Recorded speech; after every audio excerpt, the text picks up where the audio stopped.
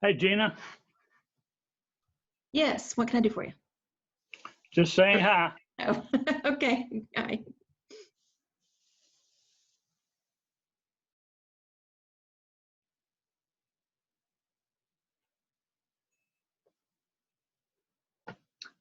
Hey, Diana. Good to see you. Think you have to unmute. Take your time. I've enjoyed all your classes. I got a hold of some of them from the recording after the fact, so, but I've been listening to them all. And I've glad. enjoyed your music. Well, thank you very much. Thank you. Yeah. I'm gonna mute myself. Okay. It's right at about, well, I'm going to wait 1 or 2 more minutes before I start playing. More people coming in. Today, yes, Alan. Just a quick question. Do you have a chance to look up that Gredinger character? No, but I have it on my list. Okay. Well, one thing you might want to look at, I went through and I went back and listened to City of Glass and to a cello and that kind of stuff. Yeah. And one of the things I ran across was they had some of his charts, and he had musical charts that looked more like mathematical charts. Oh.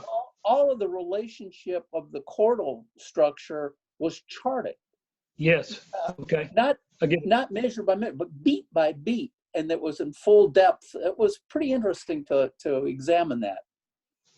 Yeah, you know, I remember you mentioning last week enough to where I could tell he had randomized to some degree. He had serialized, what I call serialized. It's not my term, it's a term from the early part of the 20th century German avant-garde music.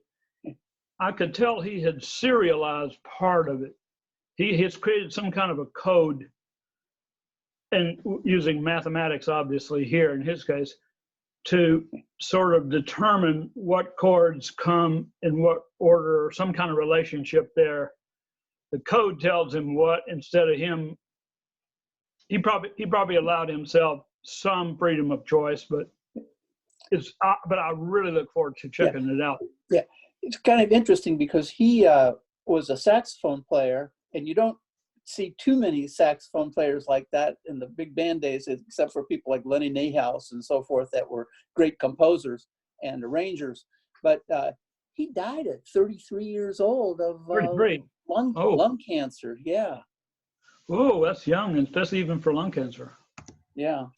Hey, you know, I just want to let you know it is 2:02. You're live on Facebook also now. So just wanted to give you a heads up. Thank you. You're welcome. Thank you. I'm going to start. Yeah. I'll say one more thing to Alan about that, and the rest of you, of course, listening too. We were talking about a composer last week that he told me about, who actually, what I picked up from Alan was that this composer is a jazz composer, big band and stuff like that, and that he used a technique of composition that actually comes from contemporary, early 20th century contemporary German classical music, which was a reaction to tonalism, and that they felt that tonalism had gone as far as it can go with composers like Mahler, particularly with Mahler and Wagner. Of course, their music is gorgeous. So they moved a different direction. They didn't want things to sound either in major or minor or any tonal center. Schoenberg developed a formula to do that. Anyway, this composer that Alan talked about is the first person I've ever heard of using that in a jazz context, which is I'm really interested in hearing. Now, there is a contemporary composer there was in the second half, mid of the 20th century, named Gunther Schuller, who composed also some jazz pieces that are very avant-garde sounding, but he didn't use serial He didn't serialize it. All right, enough of that complicated theoretical stuff. Next week will be our last one for the spring term, because that next following week is June, and I'll take June off. It's also, I think, the last week for all the Life Quest classes. Then we'll pick up again the week after July the 4th. On Wednesday, I believe that they're going to send out a notice, but Gina just said she thinks it's going to be on Wednesday again at 2 p.m. It'll be 4 weeks. Haven't decided what I'm going to do. Some ideas I tossed out to a couple of you. And if I have time, I'll say more about it today. I really want to play more today and talk less. We can talk more in the last class next week. I want to get in more music. I'm going to play 3 pieces. I'm going to start with it's an easy kind of Latin American feel. It's very soft in the sense of the beat wise. It's a samba. I'm sorry, it's a bossa nova. I'll tell you the difference later. It's written. It was written. I believe it's written by the pianist that I heard on this recording with the bassist Charlie Hayden. And his last name is Gonzalo. He's a wonderful Afro-Cuban pianist. Anyway, it's just a beautiful piece, and it's called Nocturnal. Nocturnal. And it really gives that essence, I think, this beautiful kind of, and on the cover of the CD, I remember it's got this picture of a Cuban nightlife from a street, and you see these clubs lit up with different colored signs. And you just get a feel for how vibrant Cuba evidently still is today musically. There's just so many great musicians that come out of Cuba. And so this piece is, I'll play through it.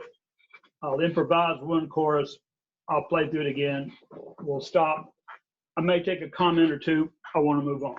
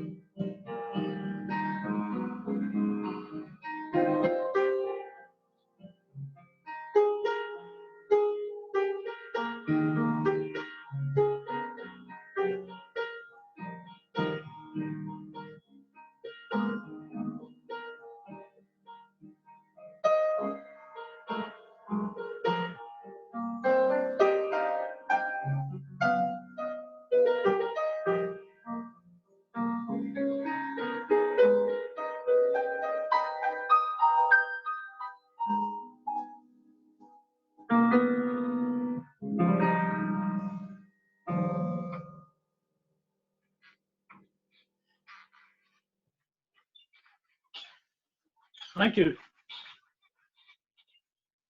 Thank you, Alan. Thank you, Jeanette. Thank you, Sandra. All right, go ahead, speak up. Okay, can you hear me? Go ahead. Okay. Yeah. That rhythm, I was trying to place it. You said it's a bossa nova, correct? Yeah. Yes.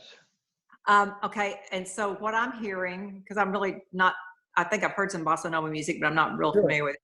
It's like 4/4 time, but the accents are displaced. It sounded like the accents were on the and of 1 and 3. Is that correct? 1 and 2 and 3 and 4 and. Yeah. 1 and 2 and 3 and 4 and. First of all right, so bossa nova, it's never fast, medium tempo to a little bit slower. It can be here. 4/4. Basic underlying beat, you got two things going on. Okay, and I had them both happening at different times. Here's a basic pulse.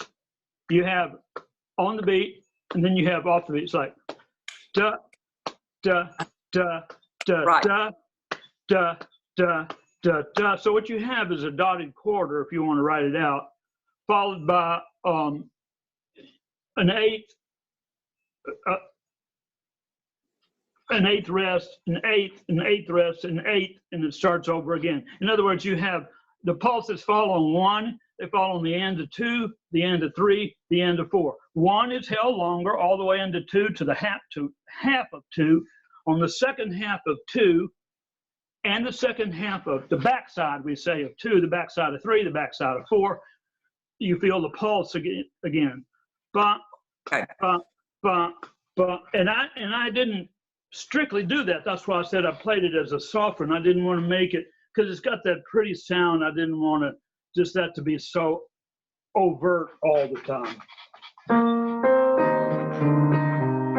So it starts first in basic quarters. You hear that bass dropping down. And then over the top, it's the rhythm floats. It's just 3/4 against 2/4.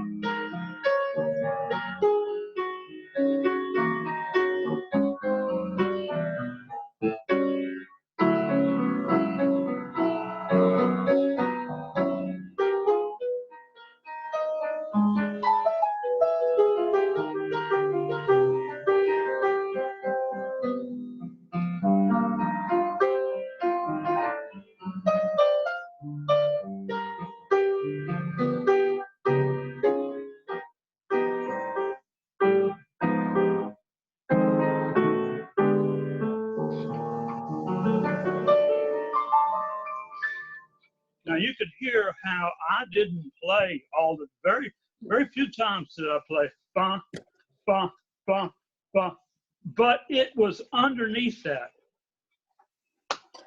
Tom? Yes. I guess with bossa nova, even though rhythm is critical to the piece, and it's got that little slight swing with a bit of lilt that kind of helps the image. Yeah. The one thing that's so beautiful about it is it doesn't require heavy percussion like you'd have in samba to enforce it. Yes, good point. Sambas are faster, a little bit different beat. In the bossa nova, there's also a clave beat, and it's often defined by the two things I just mentioned, that 1, and then the offbeat of 2 and 3 and 4.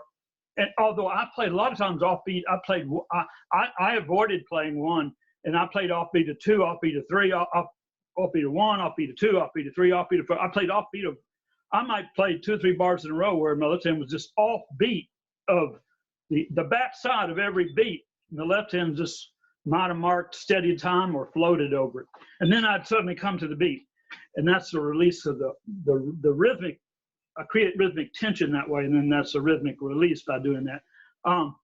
There's a clave beat that goes with that also. And the basic clave beat's a 2-bar phrase. 1, 2, 3, 4.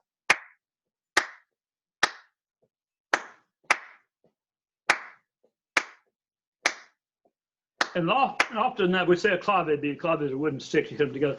But what you have in let's say a trio with a piano or a guitar, you don't have a clave player. It's too sharp, too bright, unless you a little bigger ensemble. So your bass, often the drummer on the bass drum may be doing that clave beat. Boom, boom, boom, boom, boom, boom. Very low sound, but it didn't have a lot of ring. It's very round, and then he mutes his bass drum in a way that so it's a round and strong, not loud, but full sound, and but doesn't ring out. It's just short, contained. Boom, boom, boom, boom, boom. That's an underlying current, and I had that sort of going on too. I love playing. I think I have a particular fondness to two rhythms. Rhythms that have 3 in them, some form of 3, dividing the beat into 3 or 3/4 or 6/8 or whatever, and all kinds of Latin American and Cuban rhythms. I really enjoy them. Second piece here is, again, it's got kind of a Latin thing. It's written by an American jazz composer, very famous and well-known, probably the premier, most known jazz guitarist today. He was the #1 jazz guitarist at the end of the 20th century. He still remains so in all the polls, listeners' favorites. Pat Metheny. He's a Midwestern boy, and his music has this kind of, I'm not saying this piece does, but I highly recommend you listen to one of his records. He has a beautiful record, probably make you cry. It's called the Missouri Sky or something like that. He is not only a beautiful player, he's a beautiful composer. And his music has a lot of variety. It's often multi-sectional, not just the place I just played was standard song form, A-A-B-A. His music often will be in one tempo, and then he moves it to a different section. It's multi-sectional. It's grand. It's large. It's very symphonic. He's listened to a lot of classical music. Romantic period. This piece is our Spanish love song, so more Spanish in a way. I got to think about the tempo here.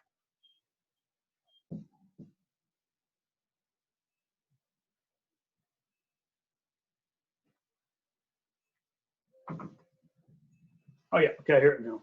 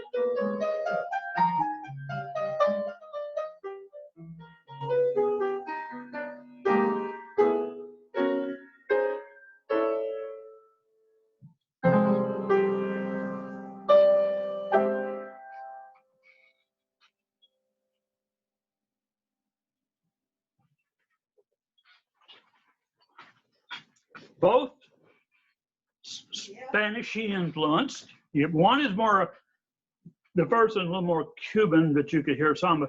This one a little faster. It's not a bossa nova. It's not a samba. I don't know what it would be called, but it's Spanishy. It's more like Spain, more like Spanish. The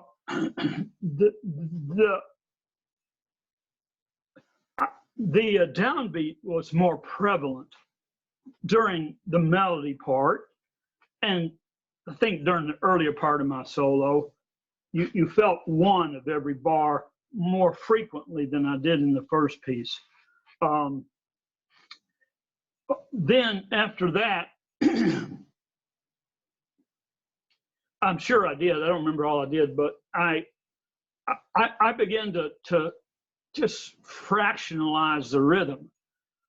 But in this piece, when I broke the rhythm down, when I subdivided it into 2 parts or 4 parts,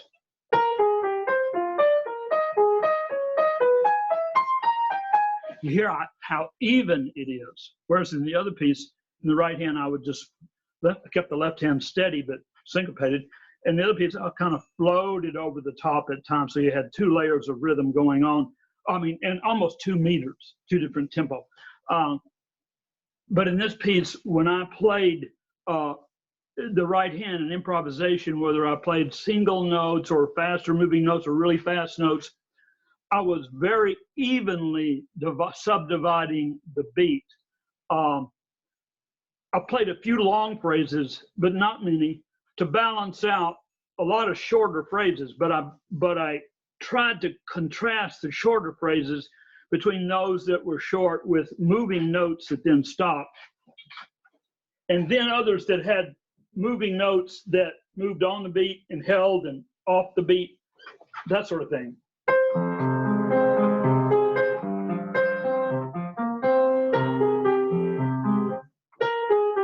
Those are even. It starts on the offbeat.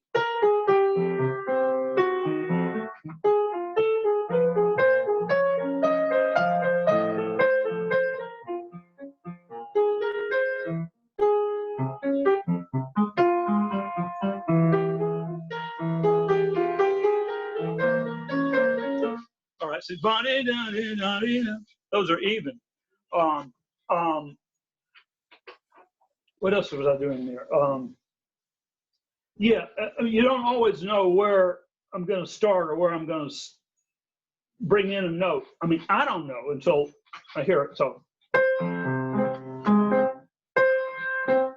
kind of like the octave. I didn't want to put it on the same place before, but I wanted to use it.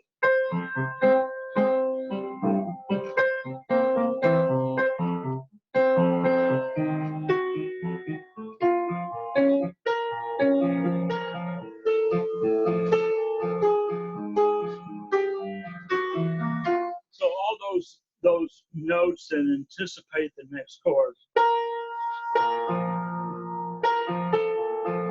Then we move into the harmony. They're called anticipations, and they don't necessarily, they're on the chord, the harmony for a minute, then they move maybe outside of the harmony before the harmony catches up to them.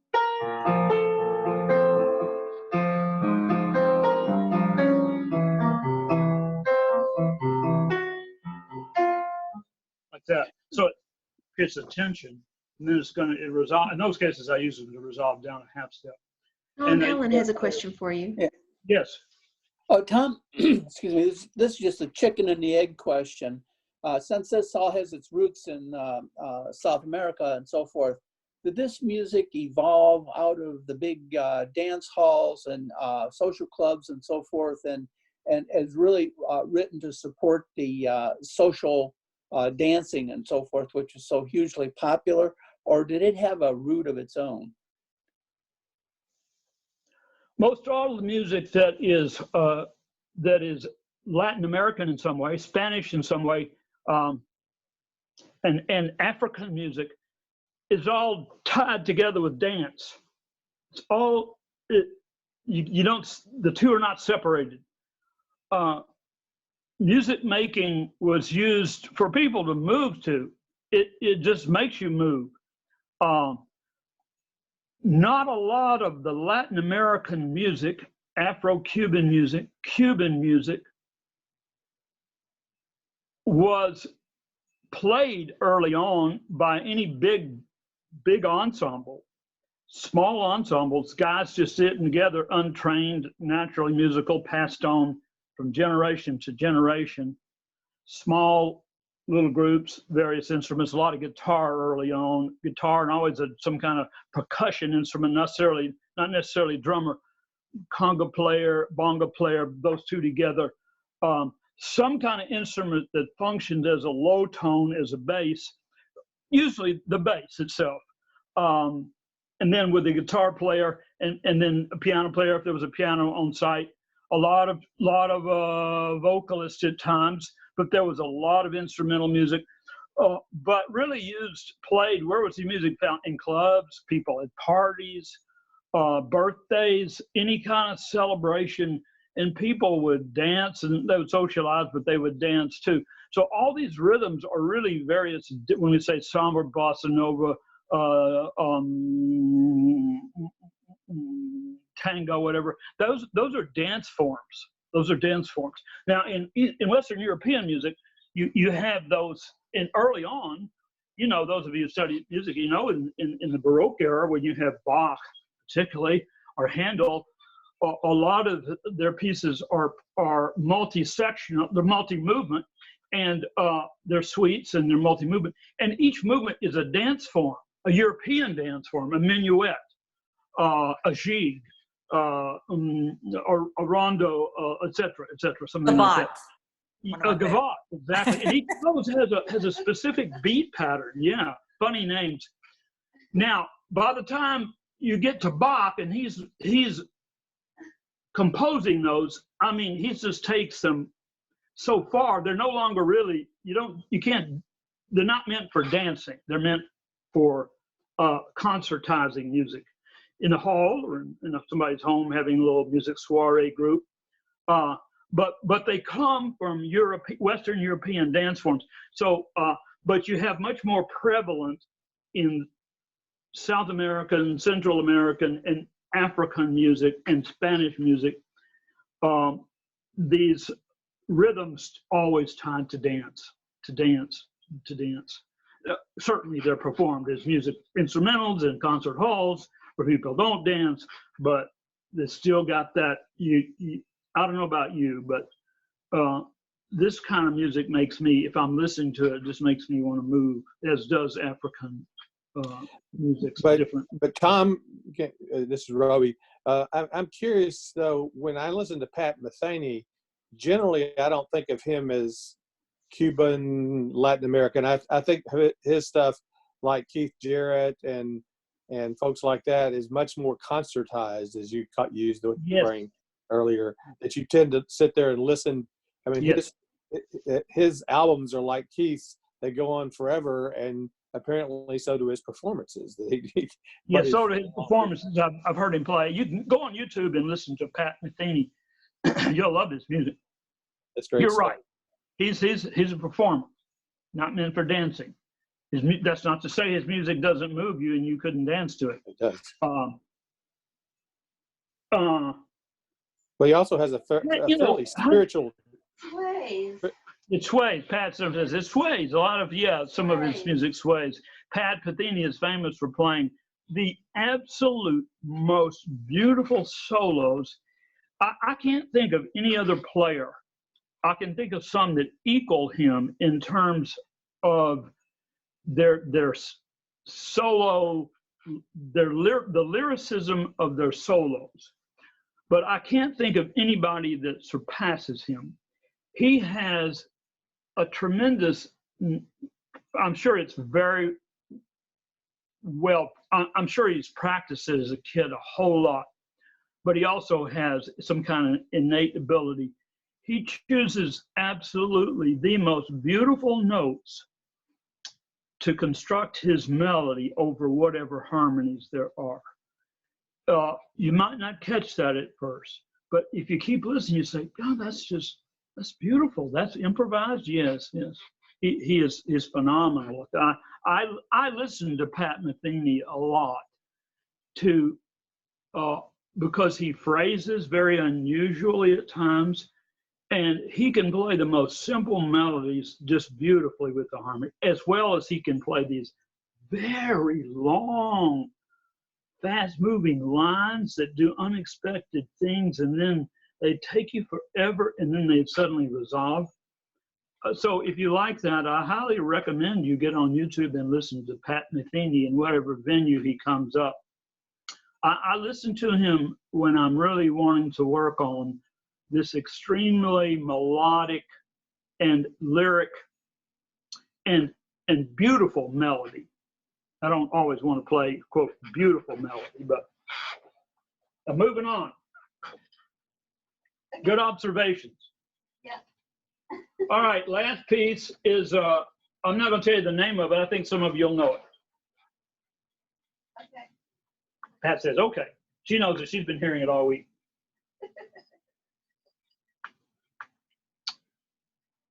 She's sitting right there.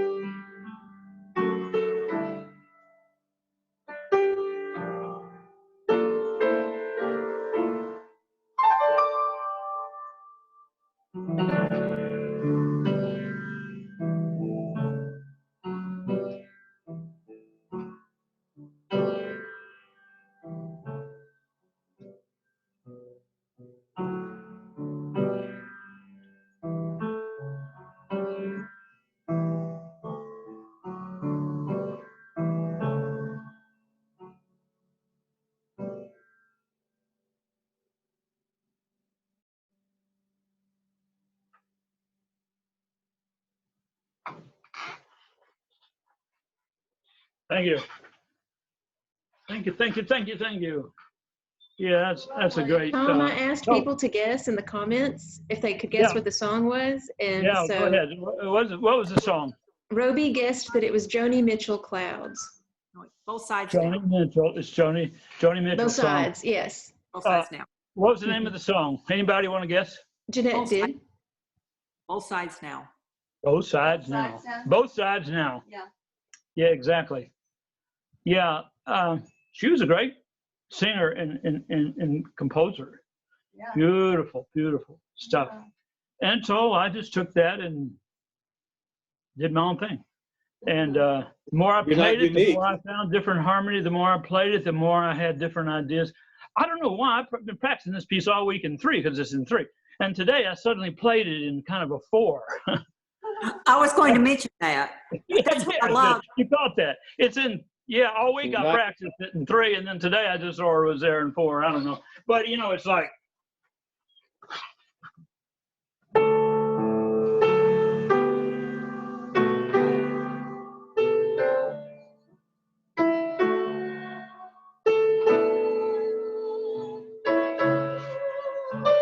one, two.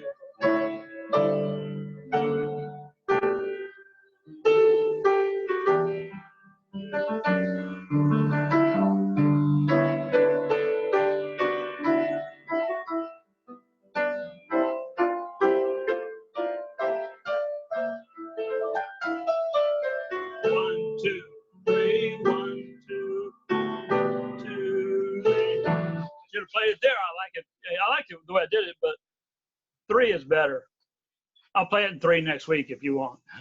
But what you did, you made it go along with kind of the theme of this week, which is kind of a Latin bossa nova feel. So I know I went back into that, didn't I? I couldn't get that out of me today. Yeah. Yeah, that happens to me. I was playing that other piece today, that Pat Metheny tune. I was messing around with a rhythm this week, and I didn't want to do it in here because I didn't have it practiced enough. But I was playing the bars like I kept alternating 1 bar in 3/4, the next bar in 5/4. So it still came out 8 beats. But I realized I was doing that, and I thought, that's real interesting. And I practiced it, but I said, I'm not ready to get there with the class. So, well, Tom, stuff just fall into all kind of places with me. Tom, I mentioned in the chat, but just to remind everybody that, you know, Herbie Hancock just a few years ago did a great cover album of all of Joni Mitchell's work. And not only was it a hit, it won the Grammy as the best album of the year.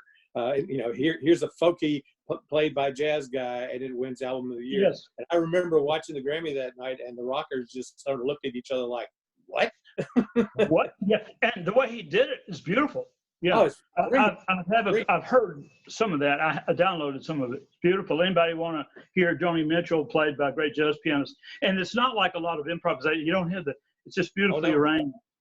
And a whole bunch of different performers too, doing all sorts of neat stuff with it. Yes, well, Herbie's like that. He just knows everybody in the music world, and he is so up to date on what's going on. He does stuff that's hip hop and all kind of stuff.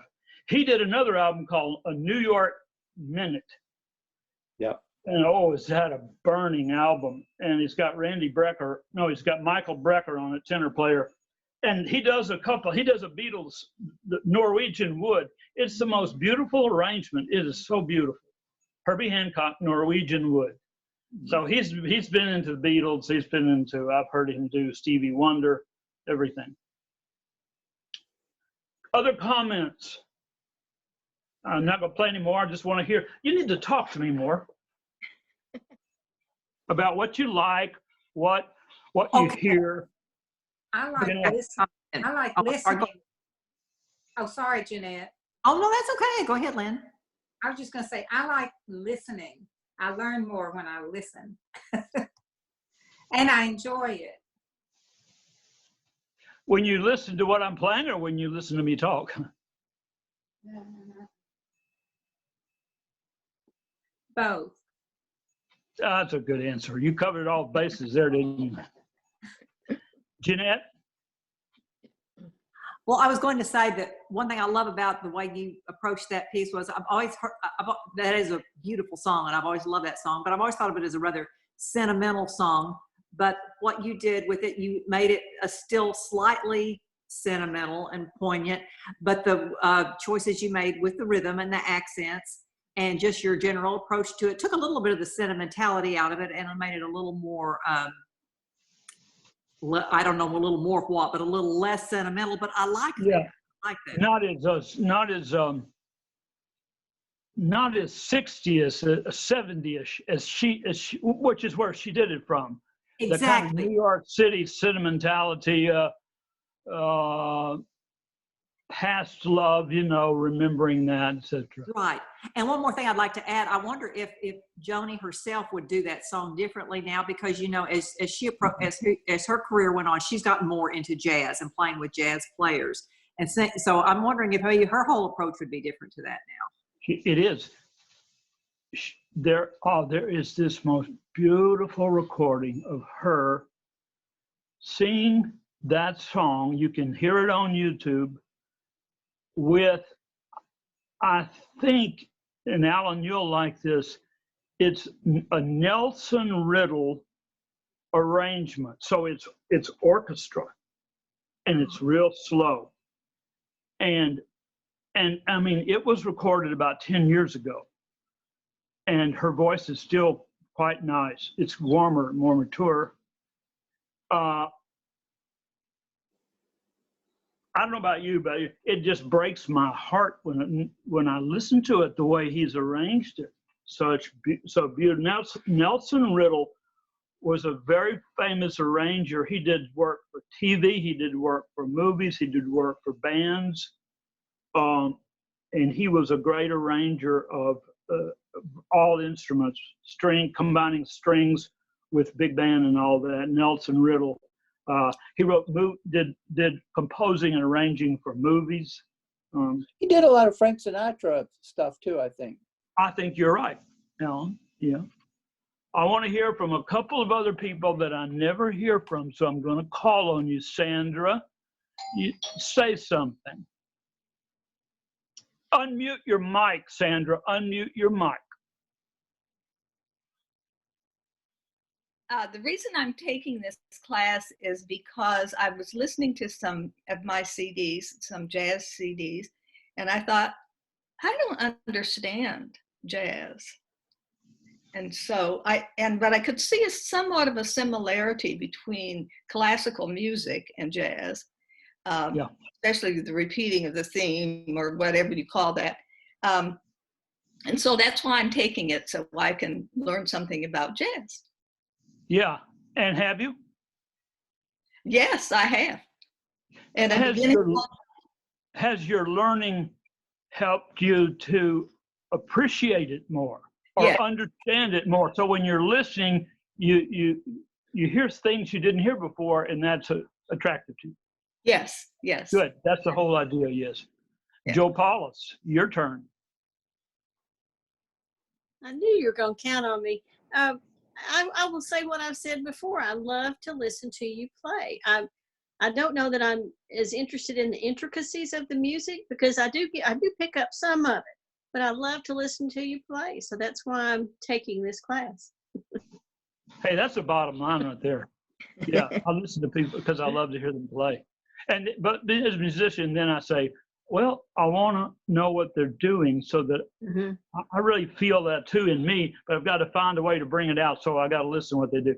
So I talk a little teaching wise and analytically here, just for those who, we have some musicians that join us each week too, who know a lot about music and they want to know. And Jeanette's one. Alan's a really, really good music. I don't know if Alan plays an instrument, I can tell you this. I've known Alan's a musician. Pat Stead was like that. He played a little bit of piano, very little, but he was such a good musician. He just had a good ear. He knew good music, and I pick up on the Alans that way. I don't know about Diana. I don't know if you're still on board here today. Tom, this is Rena. I'll go ahead and make a comment. Can you hear me? Rena. Okay. Yes, I can. When I when I was listening to Pat Metheny, I realized to me that was kind of a complex tune. Maybe it wasn't for anybody else. But I thought I would have to listen to that several times. I couldn't follow any one line. I couldn't. Maybe everybody else could. So yeah. So I understand, and his music is so diverse. If you hear one thing and you say, I don't follow it and understand it, you might think, I don't like Pat Metheny. Give him a chance. Check out the one I said earlier, something about Over a Missouri Sky. I just know it's got Missouri sky in it. Okay. Pat Metheny can write this music.